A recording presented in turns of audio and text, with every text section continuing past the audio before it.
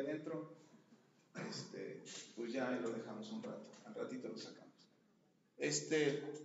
Entonces, el propósito es que de estas tradiciones es que a ti te parezca bueno, que a ti te parezca bien, que parezca sano y que puedas decir tú en tu corazón, ¿qué tiene de malo esto?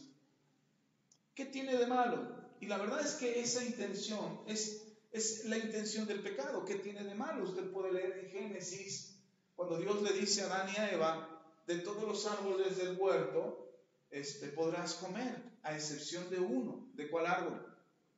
Del árbol del bien y del mal. De ese no comerás, porque ciertamente morirás. Eso es lo que el Señor le dio instrucción a Adán y a Eva, que no participaran del árbol del bien y del mal. Y no porque Dios fuera un Dios egoísta como la serpiente o Satanás, disfrazado de serpiente o introducido en la serpiente. Satanás le dice a la mujer, no, lo que pasa es que Dios sabe que si ustedes comen del árbol del bien y del mal, serán como Él, serán como Dios. Ese es el engaño. Y entonces cuando la mujer ve el árbol, dice la Biblia que el árbol se veía apetecible. ¿Alguna vez te has comido una manzana podrida? ¿Un plátano podrido? Dice, para licuado, sí, pastor, ahí lo echamos. Ahí no se siente, ya con leche y azúcar, ya sabe diferente. Pero si tú lo ves y al pelar la cáscara te encuentras que está podrido, ¿te lo comes?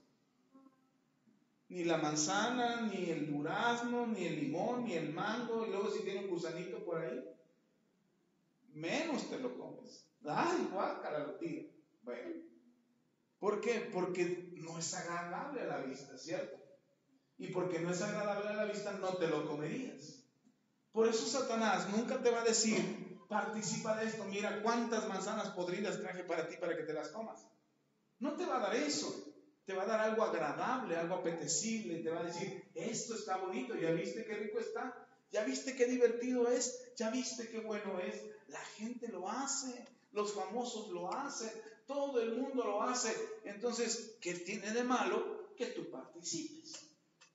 Y ese es el concepto que Satanás busca sembrar en nuestro corazón. No tanto una tradición, sino el concepto de que todo lo que Dios dijo que no hicieras, termines haciéndolo.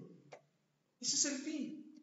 El fin es que peques delante de Dios, no que tengas una tradición. Porque podemos entender o podemos entrar en la discusión de qué tan malo puede ser que un niño se disfrace o que ustedes participen de eso. ¿Qué tan malo puede ser eso, pastor?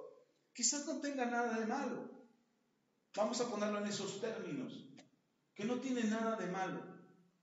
Vamos a decir, no pasa nada, te disfrazas mientras lo haga para el Señor, todo está bien. Y si dicen, no, pastor, no lo disfracé de brujita, pero lo disfracé de Superman. Ese es un superhéroe, no es un muerto, o no es nada malo. Y pudiéramos pensar que no pasa nada. Y si lo dejamos en esos términos, que no tiene nada de malo el disfrazarse, porque incluso nosotros aquí en las representaciones que hemos hecho con los niños, con la escuela de verano, las representaciones que hemos hecho o en la escuela dominical o en alguna actividad que hacemos con los niños, de repente a los niños los disfrazamos y los vestimos de personajes y lo hacemos que representen alguna obra. Incluso nosotros durante algún tiempo, mi esposa y yo salíamos a evangelizar y hacíamos dramas en la calle y salíamos con un grupo de jóvenes, íbamos a las calles a evangelizar y los disfrazábamos a los muchachos para que representaran algún personaje o para que dieran a conocer el mensaje a través de esa representación. Mi esposa y yo por ahí alguna vez les vamos a presentar esas fotos. Mi esposa y yo alguna vez nos vestimos de payasos y nos pintamos la cara y hicimos todo un show para los niños de la iglesia. Entonces, ¿tiene algo de malo disfrazarse? Dejémoslo en los términos de que no tiene nada de malo. Pero recuerde, el fin no es que participes de una tradición. El fin de Satanás no es de que tú te involucres en una tradición y termines haciendo algo que Dios aborrece. El fin es que tú creas que desobedecer a Dios no tiene nada de malo. Que tú pienses que violar las reglas de Dios, que ofender a Dios, que ir contra Dios, y en cualquier ámbito de la vida, no solamente las tradiciones. Mentir, engañar, defraudar, robar. Todo lo que tú hagas contra Dios, el diablo te va a decir, no hay consecuencias. No tiene nada de malo, no te va a pasar nada. Hazlo. El fin es ese. Y cuando nosotros estamos convencidos de que ir en contra de Dios no tiene nada de malo, porque todo el mundo lo hace y usted puede ver a gente haciendo lo malo y... Perdón, jalé mucho aire, me llené mucho los pulmones. Y usted puede creer que el hacer lo que hacen todos los demás no tiene nada de malo. Pero en realidad el fin, insisto, el fin de Satanás no es que usted se involucre en una tradición. El fin de Satanás no es que usted participe de una tradición pagana y que termine haciendo cosas que Dios aborrece. Lo que el diablo quiere sembrar en su corazón es que desobedecer a Dios no tiene nada de malo. Que ir en contra de Dios no pasa nada. Que ser malo y perverso en la tierra no tiene consecuencias. Ese es el fin. Porque cuando nosotros creemos eso, ¿qué es lo que le pasó a Adán y a Eva? Cuando Satanás, Dios les dijo, de todos los árboles puedes comer, menos de este. Y entonces Satanás usa la misma palabra de Dios para distorsionarla, para torcerla y engañar al hombre y a la mujer y hacerlos participar de la desobediencia. ¿Sí está conmigo? Ok, entonces el fin del enemigo, el fin del diablo no es meramente que usted se involucre en una tradición. Finalmente, si su corazón es puro, si su corazón es honesto, si usted es sincero, usted no le perjudicaría nada el hacerlo. El asunto es que terminaremos convencidos o terminaremos pensando que desobedecer a Dios no tiene nada de malo, que no hay consecuencias, que no va a pasar nada en mi vida. Y entonces cuando yo pienso de esa manera, termino desobedeciendo a Dios, no solamente en las tradiciones, sino en mi vida diaria, en lo que hago, en lo que pienso, en lo que digo, en mi relación con Dios. Y ya no le doy importancia a la oración, y ya no busco en la palabra de Dios, y ya no me congrego en la iglesia, porque digo, bueno, no pasa nada. La gente mala no busca a Dios y le va re bien. Pero usted tiene que leer la Biblia. Cuando dice el Señor, no anheles, no codicies, no envidies al perverso que aparentemente le va bien. Porque finalmente su destino es la muerte. Y alguien perverso podría causarle mal a la gente. Alguien perverso podría causarle daño a la gente. Pero finalmente el daño que pudiera causar, la gente lo va a superar, la gente lo va a olvidar, pero las consecuencias de aquel que causó daño no terminarán. Porque tendrá que enfrentar ahora la justicia de Dios. ¿Sí está conmigo? Ok, entonces en ese tema o en ese contexto vamos a continuar con lo que Dios dice en su palabra respecto al Halloween y el Día de Muertos. No es que la Biblia diga específicamente algo acerca del Halloween o algo acerca del Día de Muertos, porque finalmente esas fueron tradiciones que se implementaron después de que la palabra de Dios fue dada. Entonces, ¿de dónde viene? Vamos a ir un poco atrás en el tiempo, antes de ir a la palabra. Vamos a ver un poco de dónde viene la tradición del Halloween. La tradición del Halloween viene de los países nórdicos, de los países de Europa del Norte, donde había un grupo de sacerdotes paganos que adoraban y hacían rituales hacia sus dioses paganos, y ellos eran un grupo llamado los celtas o los druidas, era un pueblo que se ocupaba de adorar a dioses paganos, que estaban en contra de Dios. Y estos sabían que la mejor forma de adorar a estos dioses paganos era a través del sacrificio. A través del sacrificio era buscar que el enemigo o que el diablo se acercara a ellos y le diera cierto poder o cierto dominio sobre una región. Y entonces la mejor forma de conseguirlo era a través de los sacrificios. Y entonces estos sacerdotes, estos druidas, en el pueblo celta, lo que hacían, ¿sabes qué, hija? Sí que no, este perrito es medio quisquilloso, mejor que no nos vaya a dar un susto con Aarón.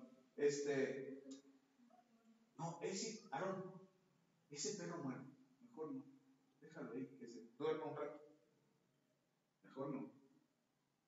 Y entonces, lo que hacían los druidas era ir con el pueblo y le decían al pueblo: ¿quieres tener buena cosecha? ¿Quieres tener buenas cosechas este año? Necesitamos un sacrificio. Y entonces llegaban a los pueblos y asustaban a los pueblos, haciéndoles creer que sus dioses estaban enojados y que ellos tenían que ofrecer un sacrificio. Y no es que meramente sus dioses tuvieran control o dominio sobre la tierra, pero lo que ellos buscaban era tener más fuerza o más poder a través del sacrificio. Y entonces lo que hacían era llegar a los pueblos y decían: necesitamos a una doncella, a un niño, a una señorita, a una mujer, a un hombre para ofrecerle el sacrificio. Y entonces ellos venían al pueblo y el pueblo ofrecía a alguien, el que ellos quisieran, o el que perdiera, o el más débil, o el que no pudiera defenderse, o aquel que fuera vulnerable, y lo pudieran entregar. Y lo entregaban. Entonces los sacerdotes llevaban, hacían el sacrificio y después volvían al pueblo. Decían: ya hemos hecho este sacrificio, pero ahora necesitamos el sacrificio o la ofrenda. Necesitamos que ustedes nos den para continuar agradando al Señor. Y iban casa por casa, iban diciendo casa por casa: danos algo de lo que tienes o caerá una maldición sobre tu casa.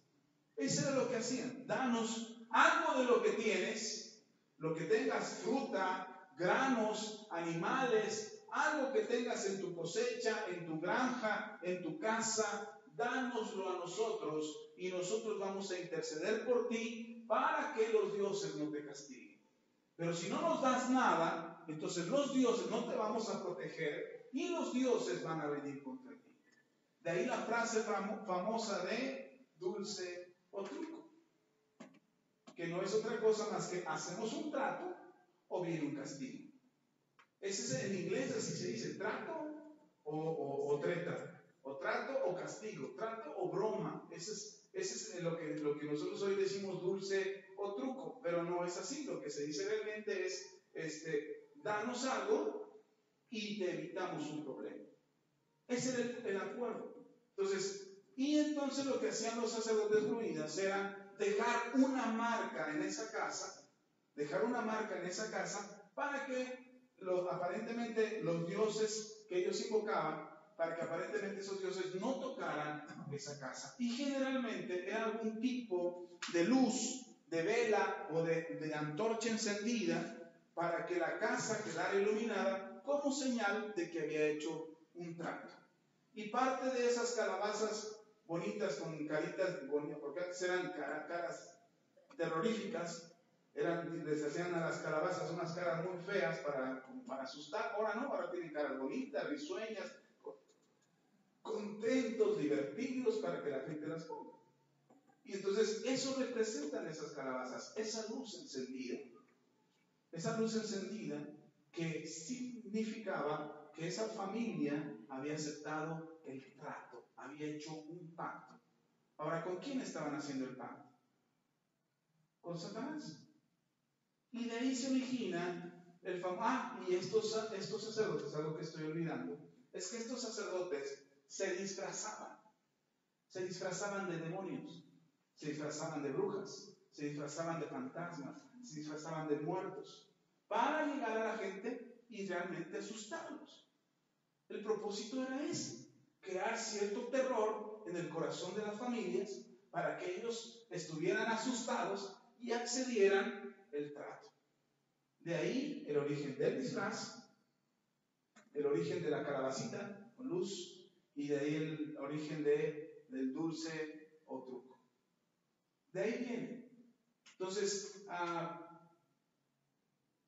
todo eso se traslada a América y siguen sucediendo en los mismos términos y en las mismas tradiciones. Sin embargo, la iglesia, en su fin, me refiero a la iglesia católica, en su fin de homogeneizar muchas tradiciones, es decir, de involucrar muchas tradiciones, ellos decidieron que no era correcto que se presentara esto de los druidas, que se presentara como algo que era malo, o sea, no estaba bien, porque entonces el pueblo que tenía esa tradición en sus raíces y que tenía ese pensamiento, cuando le dijeran eso está mal, pues no iban a aceptar la religión como tal. Entonces, el nombre de católico significa universal, o la palabra católica significa universal, y es en el sentido de que aceptan muchas tradiciones para poder funcionar como iglesia. Y una de las que aceptaron fue esta, pero no podían decir que era la fiesta de los demonios. Y por cierto, se celebra en un tiempo, en el solsticio de otoño, cuando se supone que los mundos, el espiritual y el terrenal, tienen más cercanía. Eso es lo que creen los adoradores de Satanás. Creen que el 30, 31, 1 y 2 son días de mucha cercanía con lo espiritual. Y entonces ellos pueden tener contacto con el mundo espiritual. Y por eso creen que reciben más fuerza en ese tiempo. Entonces por eso fue lo de la fecha también. Pero la Iglesia Católica dice, no podemos decir que es de demonios. Así es que una de las fiestas que se celebran es la de Todos Santos. En México es el día 2 de noviembre. ¿O es el primero? No recuerdo. El día 2, gracias. El día 2 de noviembre es el día de Todos Santos o de Todos los Santos. No estoy muy seguro de la palabra, pero la palabra Halloween tiene que ver con eso, con la celebración de Todos los Santos. Y la celebran el día 31. Eso significa, es una abreviación de la celebración de Todos los Santos. Es una abreviación y se dice Halloween, o es la fiesta de Todos los Santos. Pero la gente piensa que Halloween es algo sano, pero el trasfondo de eso no es algo sano.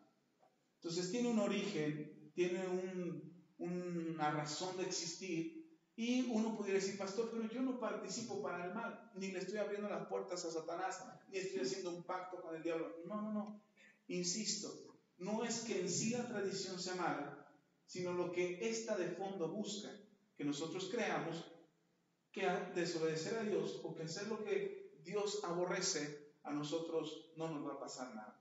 Y ese es el fin. Lo curioso es que mucha gente sabe que en estas fiestas se abren muchas puertas hacia el mal. Muchas puertas quedan abiertas. De hecho, esa es una de las luchas más fuertes que la iglesia cristiana ha tenido durante muchos años. Porque en esas fiestas se levantan cantidad impresionante de altares. Y no solamente estoy hablando de los altares de Día de Muertos, que es en América Latina, principalmente en México, pero las casas, por ejemplo, Estados Unidos es un país que surge que inicia como nación de la iglesia protestante, de la iglesia cristiana, evangélica, de los metodistas, de los presbiterianos, de los anglicanos, de todos esos cristianos que surgen del día de la reforma protestante en la lucha de Martín Lutero, presentando las 95 tesis contra la Iglesia Católica acerca de la salvación, que es precisamente es el 31 de octubre, cuando Martín Lutero fue y clavó sus 95 tesis acerca de la salvación, de las indulgencias, de la autoridad del Papa, y los clavó ahí en una iglesia se me olvidó el nombre, no me acuerdo el nombre de la iglesia, pero los clavó ahí en contra de lo que la iglesia hacía. Eso fue el 31 de octubre. Qué curioso que el día de Halloween sea el 31 de octubre. Pero entonces él pone eso, surge la iglesia protestante, lo que se conoce como la iglesia protestante. De ahí vienen todos los anabautistas, los presbiterianos, los metodistas, los anglicanos, los luteranos, vienen de ahí. Nosotros también, los pentecostales, venimos de ahí, de esa reforma de la iglesia. Y Estados Unidos surge como nación de ese origen, de una iglesia cristiana. En su gran mayoría, los habitantes de Estados Unidos eran en su mayoría cristianos, evangelizados y conquistados por los cristianos que venían a poblar Estados Unidos. Y curiosamente esta nación, que tiene un origen cristiano bíblico, se convierte en la nación que más altares tiene el día de Halloween. Sus casas se transforman en altares completos. Las disfrazan, las decoran, las adornan. El día de Halloween, las luces, los colores, los jardines están pavimentados de decoración por el día de Halloween. Y la gente lo ve normal. Y los niños salen y buscan el dulce o el truco y van casa a casa, y las familias dan dulces. Incluso hogares cristianos dan esos dulces.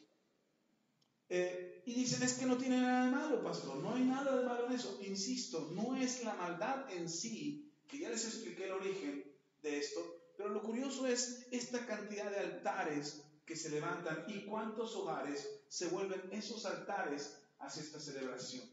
Y el Día de Muertos en México no se diga. El 1 y el 2 es impresionante ver en México. De hecho, México es famoso por los altares que tiene en estas fechas. Hay lugares que son turísticos por causa de los altares al Día de Muertos, como Mixquic es uno de ellos. Es una tradición ir a Mixquic para mucha gente por la cantidad de altares impresionantes que se hacen en Mixquic. Y no solamente en Mixquic, podemos hablar de Tlaxcala, Oaxaca, Puebla, el estado de Morelos. Hay cantidad de ciudades que toda la ciudad se vuelve un altar completo en celebración al Día de los Muertos. Y entonces se vuelve una batalla. Ahora la batalla no es entre lo que tú crees y lo que tú crees y lo que el diablo quiere sembrar en tu corazón. Ahora se vuelve una batalla en que el diablo, Satanás, quiere demostrarle a Dios que él también es adorado. Y entonces todos esos altares no son para Dios. Esos altares son para el enemigo. Y entonces hay una batalla de adoración, porque el mundo cree que no está adorando al enemigo. Cuando alguien pone su ofrenda de muertos, no dice, sí, le voy a levantar un altar a Satanás. No lo piensa así. Cuando alguien hace su altar, está diciendo, para mis muertitos, para mi familia, para mis seres queridos, en memoria de ellos. Y esa es la intención. De hecho, es lo que enseña la tradición. La tradición enseña que es por la familia, que es por los seres amados, que es por la gente que ya partió, que es para cuidar de sus almas, porque allá del otro lado hace mucha hambre y hay que ponerle algo de comida para el camino, porque si no se nos van a morir de hambre, van a estar flaquitos ya. Entonces hay que ponerles algo de comer. Eso dice la tradición. Y hay que hacer una serie de rituales. Quien sabe realmente acerca de poner un altar de muertos, no nada más es poner la mesa y llenarla de cosas. En realidad hay un ritual para poner la ofrenda.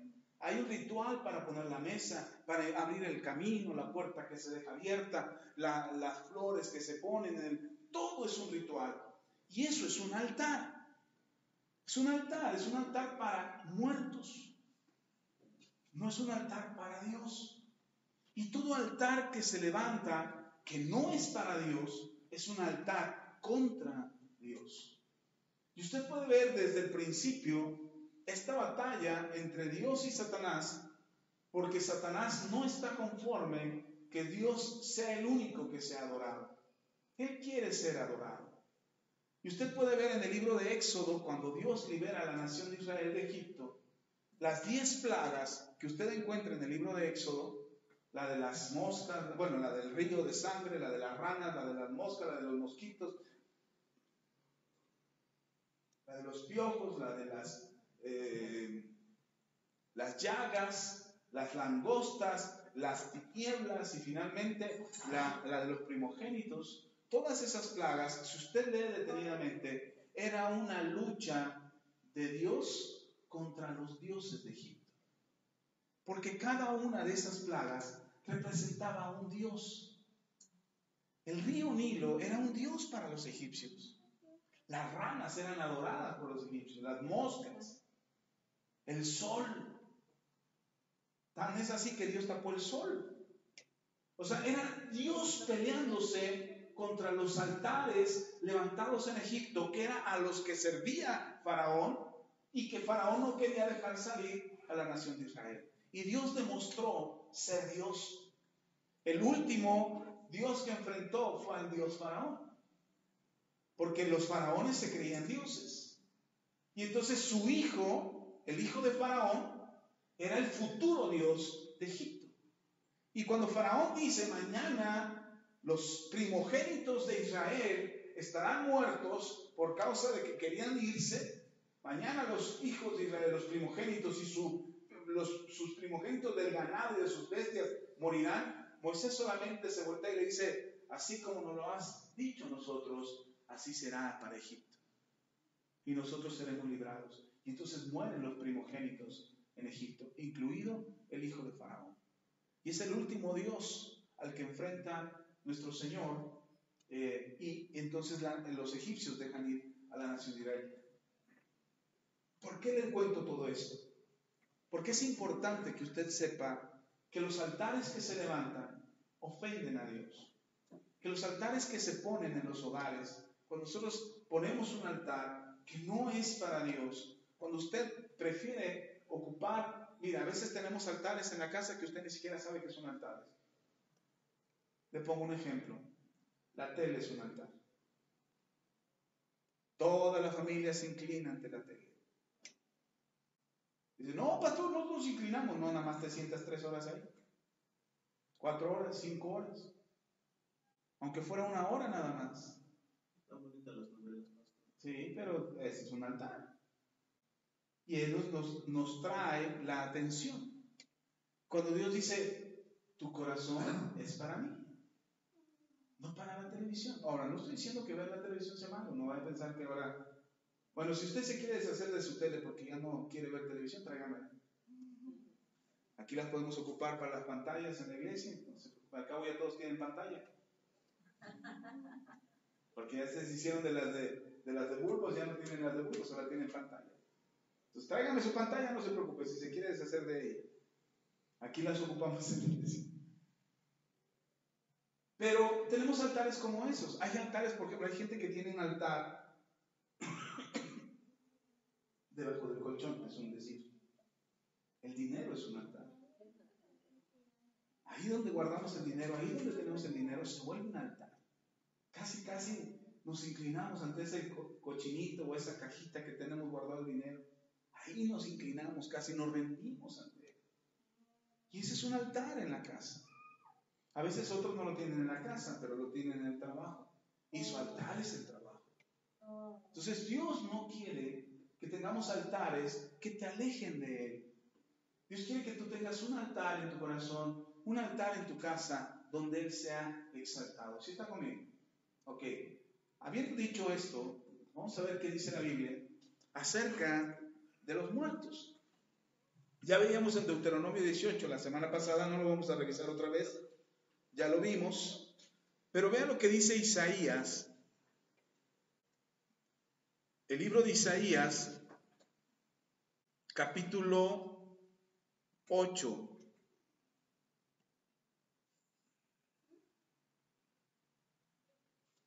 El profeta, bueno, Dios está hablando a través del profeta Isaías, y esto es lo que dice Dios a través del profeta. Vamos a leer el 18 y el 19. Dice, he aquí, yo y los hijos que me dio Jehová somos por señales y presagios en Israel de parte de Jehová de los ejércitos que mora en el monte de Sión.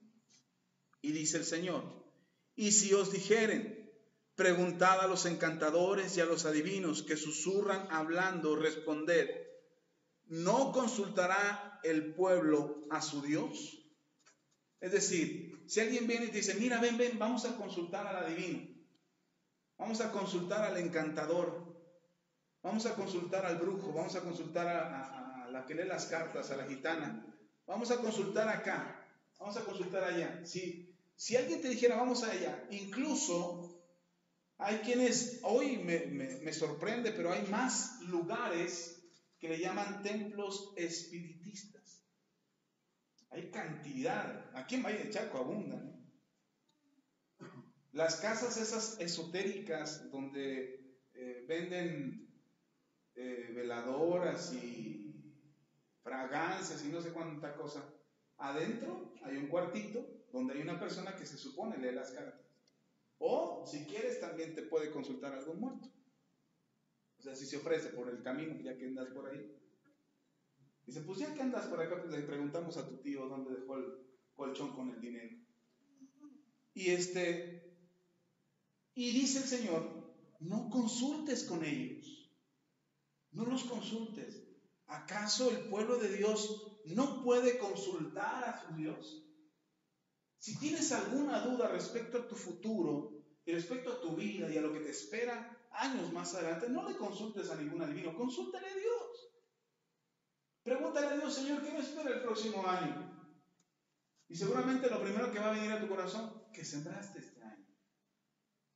Porque lo que sembraste este año es lo que cosecharás el próximo. Sembraste respeto, seguro cosecharás respeto. Sembraste honestidad, seguro cosecharás honestidad. Sembraste verdad, seguro cosecharás verdad. Sembraste amor, eso tendrás. Porque esa es la respuesta de Dios, que ya está aquí en la palabra. Lo que siembra, no os engañéis, dice el apóstol Pablo. No os engañéis, todo lo que el hombre sembrare, eso también cosechará. Amén. Entonces, dice el profeta, si alguno te invita a consultar alguno de estos, respóndele y dile, ¿no puede el pueblo consultar a su Dios? O también le puedes responder, ¿consultará a los muertos por los vivos? ¿Algo sabrán los muertos que le tengan que decir a los vivos para que los vivos se enteren y sepan? No, no se puede. No podemos hacer eso. Lean conmigo, vamos a ver. En Lucas capítulo 16.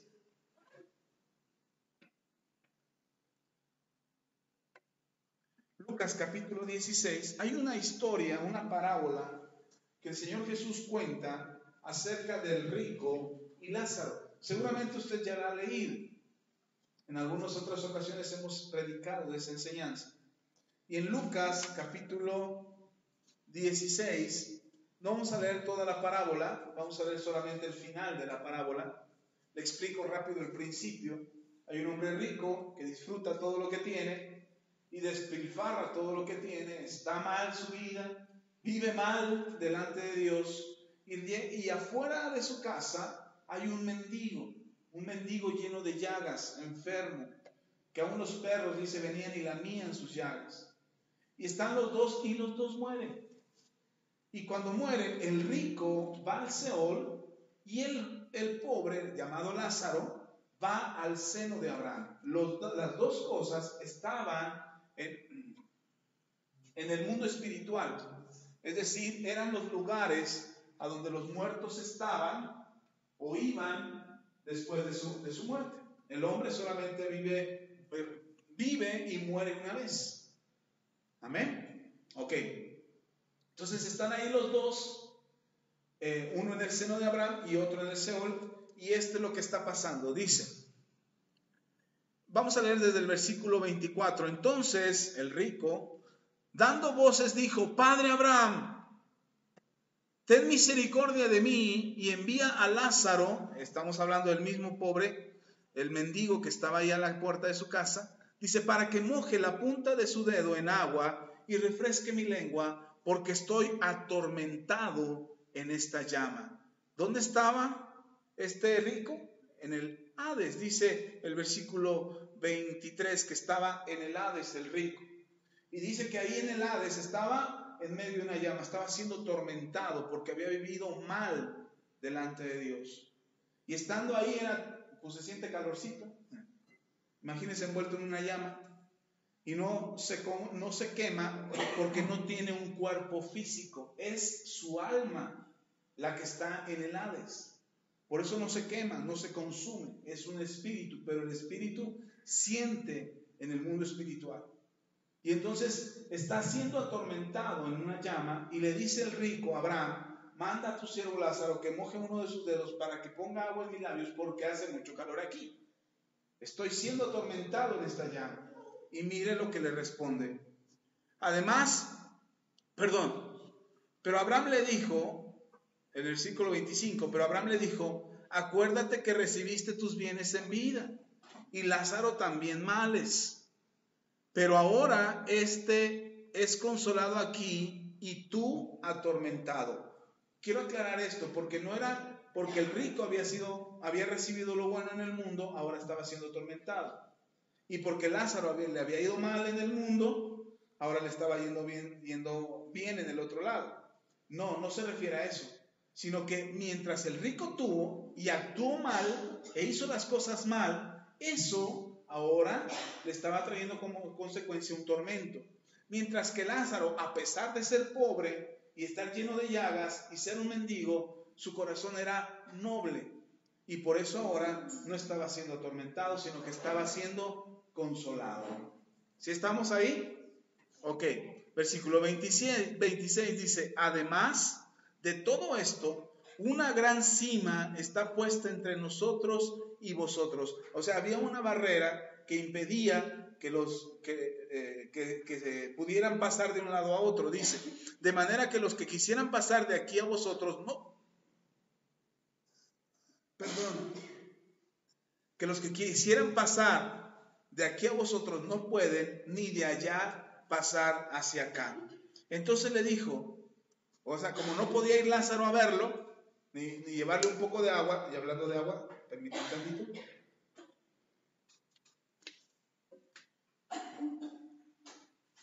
Dice, bueno, si no puede venir Lázaro, dice el versículo 27, entonces le dijo, te ruego pues, Padre, que le envíes a Lázaro, que lo envíes a casa de mi padre, porque tengo 5 hermanos, para que les testifique, a fin de que no vengan ellos también a este lugar de tormento.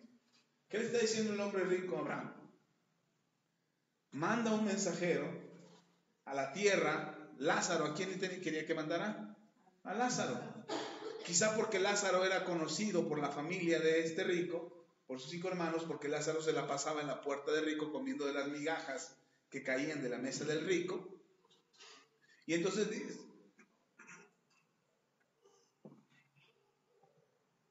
dice el rico, manda a Lázaro porque tengo 5 hermanos.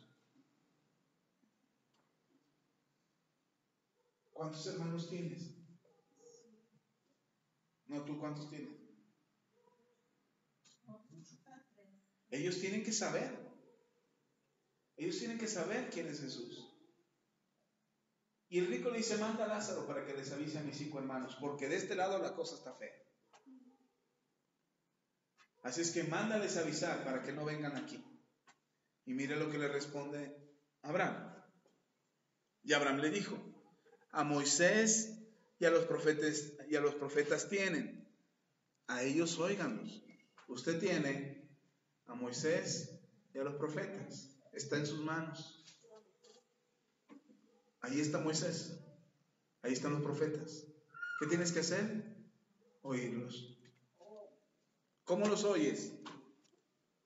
Léela, lee la Biblia, ven a la iglesia, escucha lo que Dios tiene que decirte. ¿Estamos? Ok. Y dice,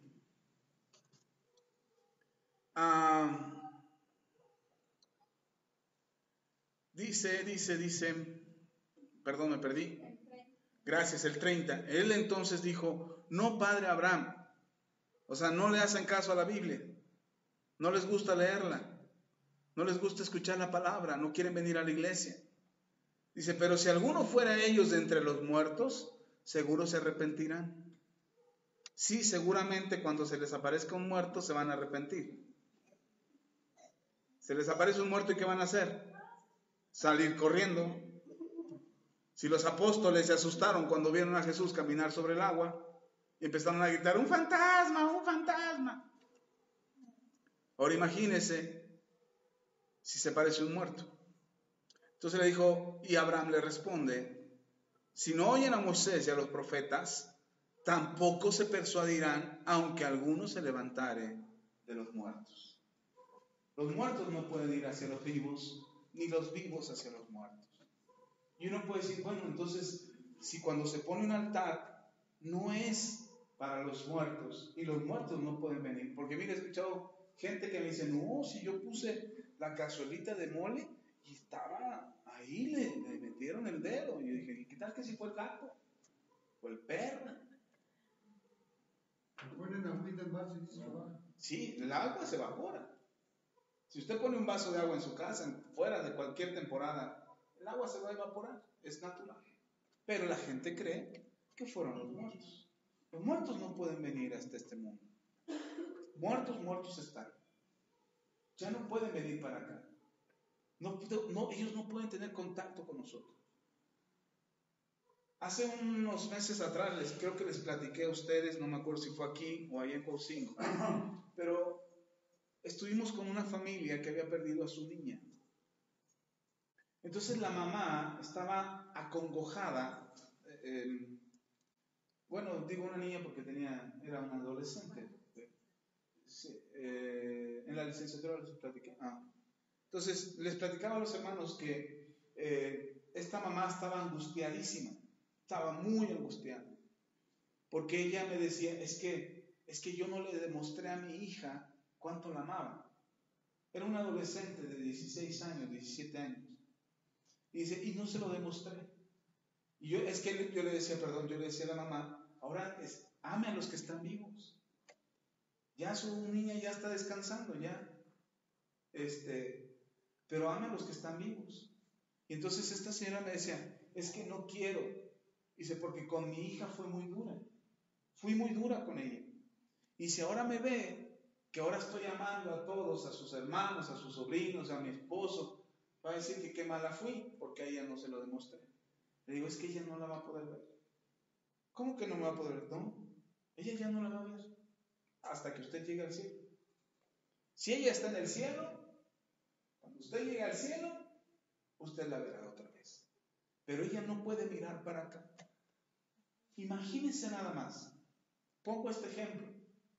Imagínense que el papá compra una casotota y dice, ay, para mis 10 hijos, les voy a dar un pedacito de mi terreno, de mi hectárea que compré, se la voy a dar un pedacito a cada uno de mis hijos. Y entonces el papá se muere y se le olvida dejar el testamento. O sea, su deseo era que los hijos se repartieran el terreno, cada quien por partes iguales. Ese era su deseo. Pero cuando muere se le olvida hacer el testamento. Y entonces los hijos se empiezan a pelear.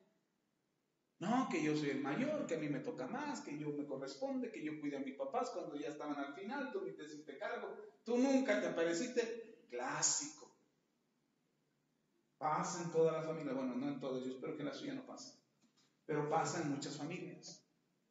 Y cuando eso pasa, imagínense al papá que trabajó toda su vida por dejarles algo a sus hijos y que de repente el papá le diga a Dios, Dios, déjame ver cómo están mis hijos. Seguramente cada uno construyendo su casita en el terrenito que les dejé. Y entonces Dios le dice, órale, pues asómate. Ve a darte una vuelta por la tierra para que veas cómo están sus hijos. Y cuando venga el papá, se encuentra que los hijos se están matando entre ellos por el terreno. ¿Y cómo se va a sentir el papá? Mal. Porque se esforzó en trabajar, en dejarles una herencia, pero no se esforzó en sembrar en el corazón el amor y el respeto entre ellos. Y entonces, cuando regrese otra vez al cielo, con Dios, después de darse una vuelta por la tierra, porque vino a ver su ofrenda que le dejaron sus hijos, y después de que viene y se da cuenta que se están matando entre ellos, cuando regrese con Dios, ¿cuál cree que va a ser el sentimiento? ¿A qué fui? Uy, qué hijos tan malos tengo. Pero la Biblia dice que en el cielo no hay dolor, no hay llanto. Y el solamente venir a asomarse en nuestros antepasados, para venir a asomarse cómo estamos, con eso les damos un infarto otra vez. Los volvemos a matar en el cielo. Por eso Dios no permite que los muertos visiten a los vivos. Pastor, y entonces cuando un muerto viene y nos visita y luego dicen, ay, se me subió el muerto, vamos a ver cuál es el muerto que se estrepó. Es que yo sentí, pastor, que se me subía el muerto. Pues para mí que era uno muy vivo, no uno muy muerto. Dice 1 Corintios, capítulo 10,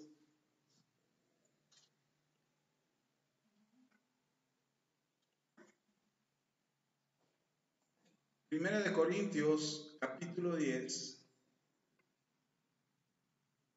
Dice, ¿ya quedamos que es un altar para Dios? No, es un altar para ídolos. Ni siquiera para las personas que se murieron, ¿eh? O sea, no crea que esos altares los muertos los reciben. No, ni siquiera ellos. Dice, versículo 10, capítulo 10, versículo 19. ¿Qué digo pues? ¿Que el ídolo es algo? ¿O que sea algo lo que se sacrifica a los ídolos? Antes digo, fíjese lo que dice Pablo, antes digo que lo que los gentiles sacrifican, a los demonios los sacrifican, y no a Dios. Y no quiero que vosotros os hagáis partícipes con los demonios. A chirriones. Entonces, si no es para los muertitos, si no es para la abuelita, la que queríamos mucho, porque la única foto que aparece ahí en el altar es la de la abuelita, porque era la única buena. El tío anda por ahí, pero lo ponen detrás de las flores para que no se vea. Porque ese sí era medio mala onda. Entonces, si no ponemos un altar para los muertos, ¿a quién se lo estamos poniendo, hermano? A los demonios. Y no solo eso. Dice que cuando lo ponemos, participamos con los demonios. Ahora sí. ¿Quiere decorar su casa? ¿Quiere poner su altar? Póngalo. Yo no tengo ningún problema porque usted lo ponga. De hecho, Dios tampoco. Pero nosotros estamos siendo partícipes de algo que no es para Dios. Dice, ni siquiera para los ídolos, hermano. Por eso cuando se hace algo para un ídolo, cualquiera que sea, ¿usted cree que el ídolo se pone, ¡ay, me hicieron fiesta! Se acordaron de mi cumpleaños.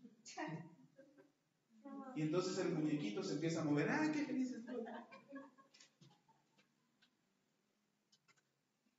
Porque se acordaron de mí. ¿A quién se le están haciendo la fiesta? Se oye muy feo. Si usted le dice a un católico eso que le estoy diciendo ahorita, olvídese que le vuelve a hablar.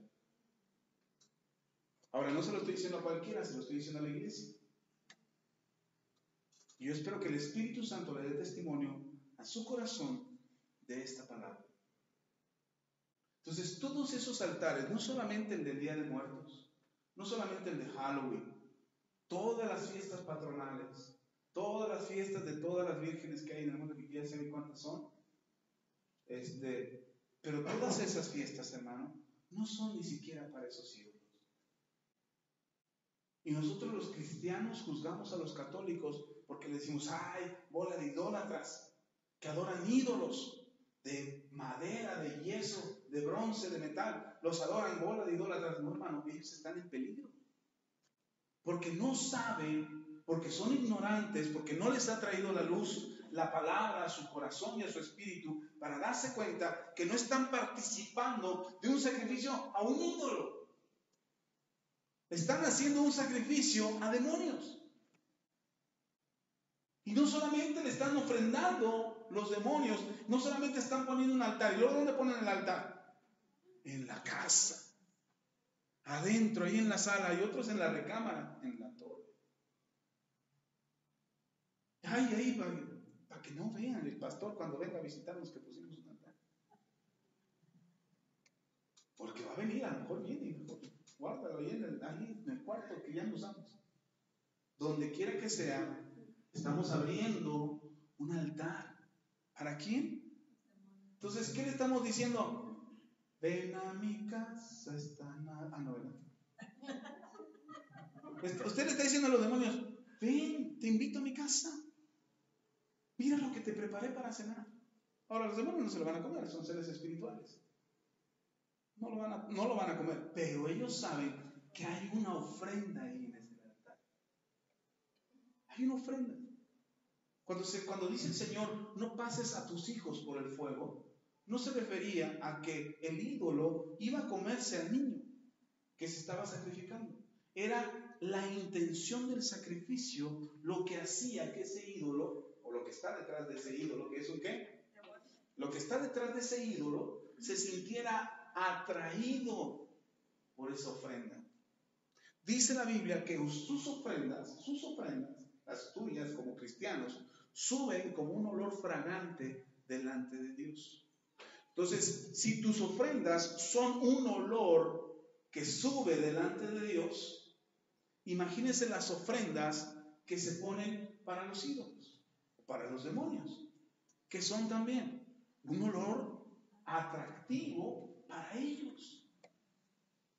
Y entonces cuando tú te encargas de venir a la iglesia, de buscar a Dios para cambiar tu vida, para cambiar tu corazón, para cambiar tu situación familiar, y de repente pones un altar para atraer demonios, hermano, todo lo bueno que logras en un año, en un día lo sacas. Por eso es importante que guardemos nuestro corazón. Yo no ando en las casas de los hermanos derribando sus altares, o quitando sus nichos, o quitando sus ídolos. No, cada quien que tenga lo que quiera. Pero es importante que sepan qué hay detrás de ese ídolo. Dice Pablo, ¿son algo los ídolos? ¿Es algo lo que se sacrifica a los ídolos? O sea, ¿sirve de algo lo que le da la gente a los ídolos? No, dice, es que el ídolo pueda hacer algo. El ídolo es madera, es yeso. Es lo que está detrás del ídolo. Y entonces cuando participamos de eso, le estamos sacrificando o le estamos ofrendando a los demonios. Ahora, no lo dije yo, lo dice el Señor en su palabra. Y muchas cosas del mundo espiritual, ustedes y yo no las sabemos. Hay muchas cosas en el mundo espiritual que no nos han sido reveladas, que no nos han sido enseñadas, que no nos han sido mostradas, porque Dios nos está protegiendo de esas cosas. Pero hay una lucha entre ángeles y demonios.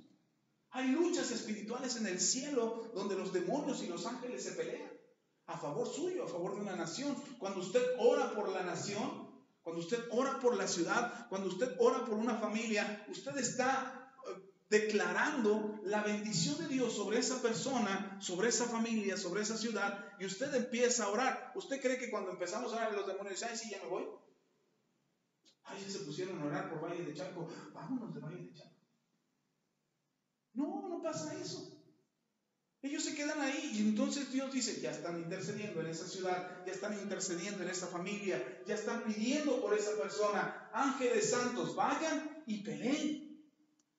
Y entonces hay una lucha en el ambiente espiritual que usted y yo no vemos. Muy pocas veces he visto ángeles, muy pocas veces. Pero no quisiera verlo siempre. No porque me den miedo, sino porque estoy seguro que si hay un ángel hay un demonio. Porque el demonio no dice, ay, sí, ya vinieron los ángeles santos, vámonos. No, dice la Biblia que Daniel empezó a orar y cuando Dios me envía la respuesta con el arcángel Gabriel y envía la respuesta a Dios con Gabriel, dice que tardó 21 días en llegar a Daniel. ¿Y saben por qué tardó 21 días? No porque el viaje estuviera muy largo. Porque había un príncipe, el príncipe de Persia, y no estamos hablando de un hijo de un rey, sino está refiriéndose a un principado, a un demonio que estaba sobre la ciudad de Persia y que impedía que Gabriel bajara hasta Daniel. Y no se lo permitía a este demonio. Este principado no le permitía a Gabriel llegar con Daniel. Y se le opuso y peleó con él, dice Gabriel. Cuando llega con Daniel, dice, yo salí desde el día que te propusiste orar, desde el día que propusiste en tu corazón, ni siquiera había empezado a orar, Daniel. Dice, desde el día que propusiste tu corazón orar, desde ese día Dios me envió con tu respuesta. Pero no llegué antes porque un principado se me opuso y no me dejaba llegar. Hasta que Dios mandó a otro arcángel, a Miguel, al guerrero, lo envía y entonces Miguel se encarga del principado, se encarga de pelear con este príncipe de Persia y Gabriel logra llegar hasta Daniel y le da la respuesta. Ese es un ejemplo claro de la lucha que hay en el ambiente. Ahora imagínense, si usted está orando por esta ciudad y que hemos estado orando durante todo el año por esta ciudad y por las familias, por cada uno de ustedes, por sus hogares, y hemos logrado repeler las tinieblas que están sobre sus vidas, sobre sus familias. Cuando el vecino de al lado levanta un altar, ¿a quién está hablándole? A los demonios. Y entonces la luz que usted logró llevar a su casa y a su familia, de repente se empieza a sentir opacada, se empieza a sentir oprimida, empiezan a ganar las tinieblas por causa de que hay altares a todo nuestro alrededor. Ahora le vamos a ir a decir a los vecinos, ay vecino, no traiga demonios. ¿Por qué no te van a creer? ¿Por qué no lo van a entender? Si a lo mejor ahorita tú lo estás digiriendo apenas y te, en serio, pastor, todo eso, y ahí en la torre, no sabía. Bueno, si apenas lo estás digiriendo, imagínate a alguien que no cree. Creíes a decir, oiga vecino, el nicho que tiene aquí en la entrada es para los demonios, vecino. No es para el santo o a la virgencita que usted cree. Cuando usted se lo diga, lo va a mandar a volar. Va a tener un enemigo de por vida. Pero usted le puede hablar de la palabra. Usted le puede decir lo que Dios está haciendo en su vida. Puede dar testimonio que usted es luz y no tinieblas. Y entonces podremos hacer una diferencia. Amén. Y hablarle quien quiera escuchar, porque habrá quien te pregunte, oye, ¿tú no disfrazas a tu niño? Dile por qué no. Explícale, que Dios te dé sabiduría y entendimiento para poderle explicar por qué. A nosotros los maestros, en las primarias donde fueron nuestros hijos, los maestros decían, oiga, no va a disfrazar a su niño, necesitamos que su niño traiga 1 kilo de naranjas. Y sabíamos que era la fecha, sabíamos que era para el altar, y le decíamos al maestro, no, profe, no le vamos a traer, es para el altar, ¿verdad? Sí, es para el altar, pero es su calificación. Y que digo, mire, nosotros no participamos de eso. Póngale un trabajo a mi hijo, el que usted quiere. Es que es calificación de educación cívica y que quién sabe qué. Digo, si quiere repruébelo, este parcial. No importa. No nos preocupa. Pero mi hijo no le va a traer esas naranjas. Póngale un trabajo extra. Póngale una actividad extra, mándelo a un museo, mándelo pues que se vaya a Mixquic a ver las... No, ¿qué? No, pues, estoy diciendo que no. Entonces tuvimos que hablar. ¿Y después qué cree? Al principio nos costó trabajo, pero después ya sabían. Ya ni nos decían. Ya después ni nos involucraban en esos altares. Ya llegaba la fecha y decían los maestros, mire, va a haber Halloween. Si quiere que no venga su hijo. Digo, ¿seguro, profe, no van a tener otra actividad? No. La tarea decía, no, mi tarea les voy a dejar. Ok. Y mis hijos no iban. Y con la autorización del maestro. Nosotros ni siquiera lo pedimos. Mis hijos fueron en varias ocasiones a los días de Halloween que hacía la escuela y mis hijos se sentaban. Ahí estaban en el salón. Y todos los demás niños corriendo, disfrazados, jugando, haciendo piruetas por ahí afuera y hasta kermeses hacían y lo que sea, pero mis hijos se sentaban. Y después los maestros dijeron, ay, es que me da tristeza su niño. Digo, no, a mí me dan tristeza todos los demás niños. No se preocupe por mi hijo está bien. Pero entonces nosotros nos encargamos de enseñarles a nuestros hijos. Nosotros no participamos de esto. Por esto. Y usted puede pensar en un niño, pero su niño no lo entiende, pobrecito, su corazón se siente de que no lo tomen en cuenta, de que sus primitos se disfrazaron y él no. El niño, si usted le explica, el niño entiende. Pero explíquele con la verdad. Alguna vez le platiqué que a mi hijo le dejaron la tarea de investigar acerca del Día de Reyes. Era 6 de enero y le dejan de tarea investigar de la tradición del Día de Reyes. Pero mi hijo nos llega a la casa y me dice, papá, me dejaron investigar del Día de Reyes. Y dije, híjole, yo sabía que era por la tradición. No se preocupe, hermano, ahorita limpiamos al final. Al final. Sí, ahorita, para que no se pierda. Y cuando llega, le digo a mi hijo, yo sé por dónde iba a ir a investigar la tradición. Le digo, mi hijo, la única fuente fidedigna y fiel de la versión de los reyes, del Día de Reyes, está aquí. Así es que vamos a ver qué dice. Lo leímos, lo investigó, él hizo sus notas, estaba en 5º año de primaria, mi hijo. Hizo sus notas, anotó todo. Le digo, ¿y cuál es la tarea de entregarlo? Ah, bueno. No, pero para sorpresa nuestra, la maestra se le ocurre que el día de recoger la tarea, no, los niños tenían que explicar la tarea. Y entonces mi hijo se para inocentemente en medio salón de clases y empieza a explicar cuál era el Día de Reyes. Y empieza a decir, estoy así, así, así. Termina mi hijo y se para uno de sus compañeritos y se sale corriendo del salón.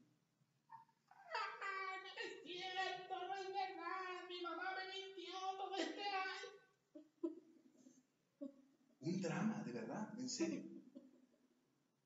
Salió la directora, salieron los maestros a ver qué le pasaba al niño. Tuvieron que hablarle a la mamá a su trabajo. Y la mamá furiosa. Ya iba sobre mi hijo. Oye, ¿cómo te atreves? Gracias a Dios la maestra le cayó el 20 y nos habló. Yo llegué de mi trabajo a la escuela. Era una escuela de paga. Y llegamos a la escuela. Yo llegué y cuando ya vi que la mamá iba sobre mi hijo, yo llegué más rápido que la mamá. Entonces cuando la mamá, después de que le explicaron lo que iba a pasar, ¿quién fue el niño? ¿Quién fue el niño?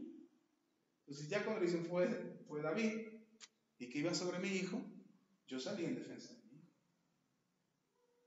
Y es que ¿por qué usted le dijo? No, yo no. La tarea estaba escrita y era para entregar a la maestra. Dejaron la tarea, la investigamos y ahí está la foto. No, pero no tuvieron que haberlo hecho. Ese ya no es asunto nuestro. Pero mi hijo no mintió. Mi hijo dijo la verdad. Pero es que le roban la ilusión al niño, ¿no? Usted lo tenía engañado por todos estos años. Y su niño lo que le dolió fue que usted lo engañara. No descubrir la verdad. Para él no era un problema, para él era una respuesta. La señora se enojó, sacó al niño de la escuela. Se lo llevó a otra escuela más cara. ¿Pero qué cree? Que ese niño se volvió un buen amigo de mi hijo. Y se escriben, y se saludan, y se mandan correos. El asunto quedó olvidado para ese niño. Pero si usted le explica a un niño, el niño entiende, el niño sabe. Así es que tiene usted ahora información que le puede ayudar. Terminamos la próxima semana con este tema. Voy a dejar un tiempo para preguntas y respuestas. Así es que si hay alguna pregunta, vamos a ellas.